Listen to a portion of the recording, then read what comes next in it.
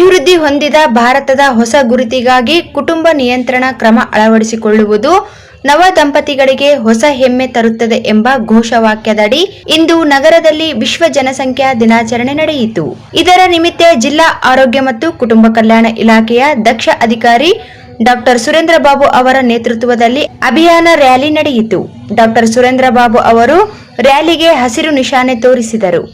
ಅವರು ಈ ಸಂದರ್ಭದಲ್ಲಿ ಮಾತನಾಡಿ, ಜನಸಂಖ್ಯೆ ಹೆಚ್ಚಳದಿಂದ ದೇಶ ಸಮಸ್ಯೆ ಎದುರಿಸಬೇಕಾಗುತ್ತದೆ. ಎಲ್ಲರಿಗೂ ಮೂಲಸೌಕರ್ಯ ಒದಗಿಸುವುದು ಕಷ್ಟವಾಗುತ್ತದೆ.